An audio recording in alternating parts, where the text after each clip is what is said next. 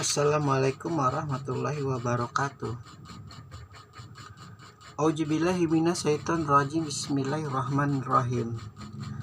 Wa amma man bakila wastagna.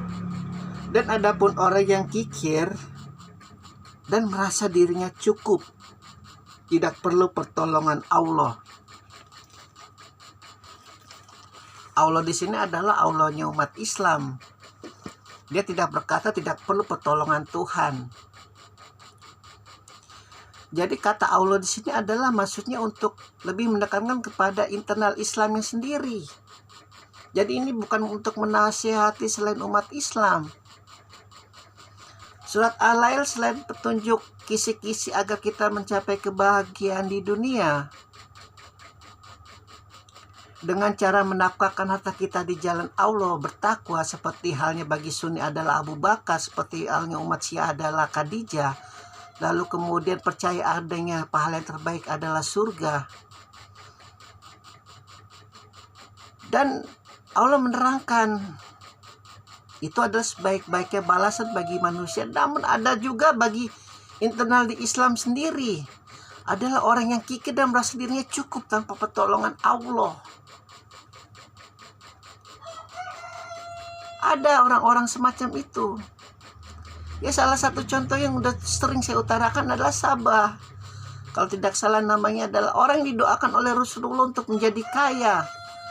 Yang tadinya hanya bajunya aja cuma satu untuk gantian sholat dengan istrinya, sampai memiliki peternakan begitu banyak, lalu ditagih oleh Baitul Mal.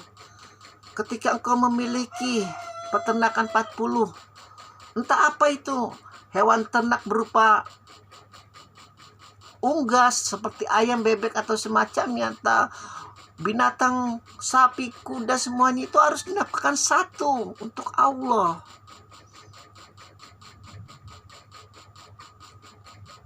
Untuk di jalan Allah, untuk fakir miskin.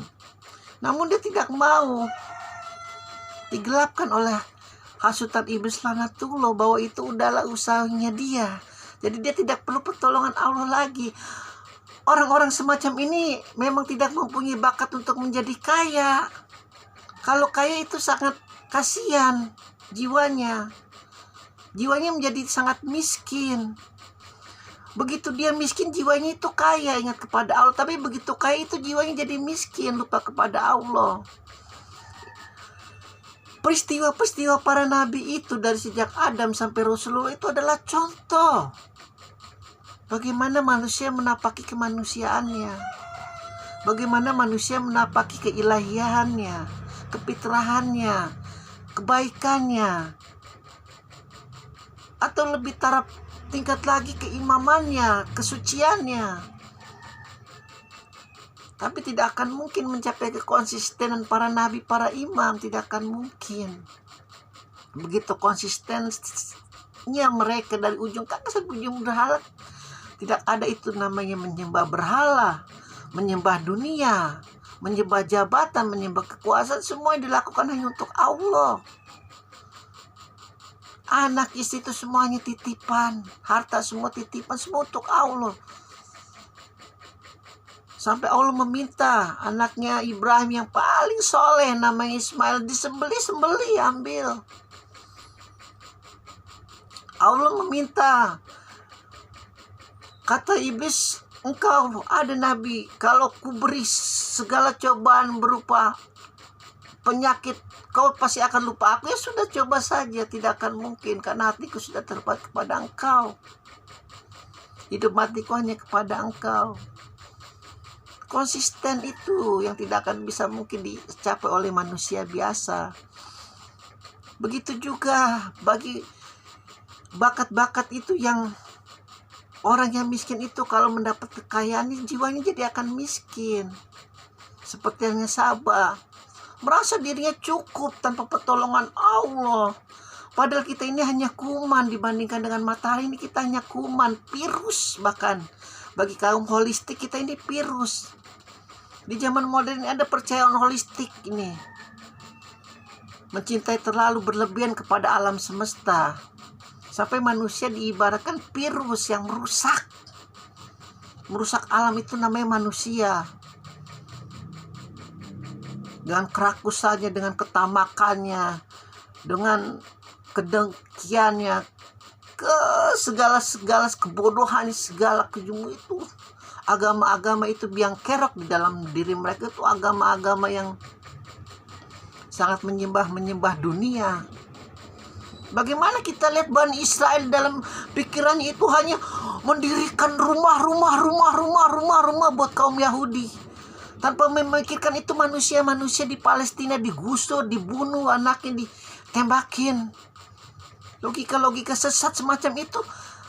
Apakah Daud mengajarkan hal semacam itu kepada umatnya? Tidak. Daud membelah semua kepala-kepala raja-raja yang luar biasa zalim pada zamannya. Ini agama dicampur adukan dengan politik, dengan kekuasaan, dengan materi, dengan emas, dengan kurs valuta asing segala macam. Dajjal dalam bentuk manusia yang sudah begitu mengglobal. Manusia dilupakan fitrahnya kepada Allah, benar-benar dilupakan. Sujud pun tidak seperti Imam Ali sujudnya di hadapannya Allah, bukan, tapi masalah-masalah dunia. Masalah bagaimana menyekolahkan anak, bagaimana membahagiakan istri, bagaimana membuat ayah ibunya bahagia, tanpa peduli itu duit dicari dari mana, nggak peduli. Lalu dengan bangganya tuh, walaupun gue seorang pelacur, walaupun gue seorang bajingan, walaupun gue seorang penjahat, tapi gue melindungi ayah ibu gue. Banyak hal-hal semacam itu. Ayah ibu kita dijadikan alasan untuk kita menghalalkan segala cara. Itu yang namanya kasihan. Aduh, gimana ya? Menghalalkan segala cara itu adalah hal-hal pertama yang dilakukan oleh iblis laknatullah, agar para malaikat logikanya itu disesatkan. Bagaimana caranya?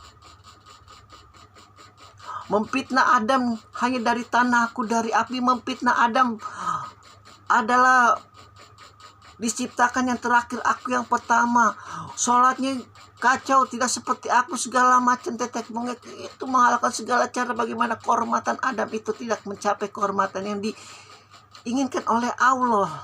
Bagaimana dia mengajar para malaikat yang tidak tahu apa-apa sebelumnya.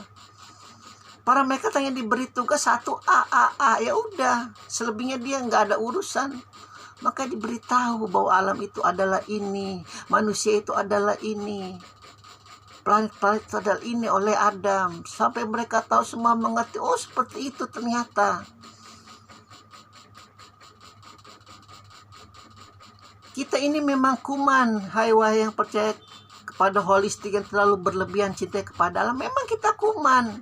Kita ini perusak alam semesta, benar-benar perusak.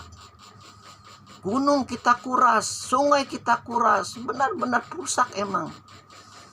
Tapi karena kita tidak sadar kita ini dari mana awalnya. Sejarah Nabi digelapkan, benar-benar digelapkan.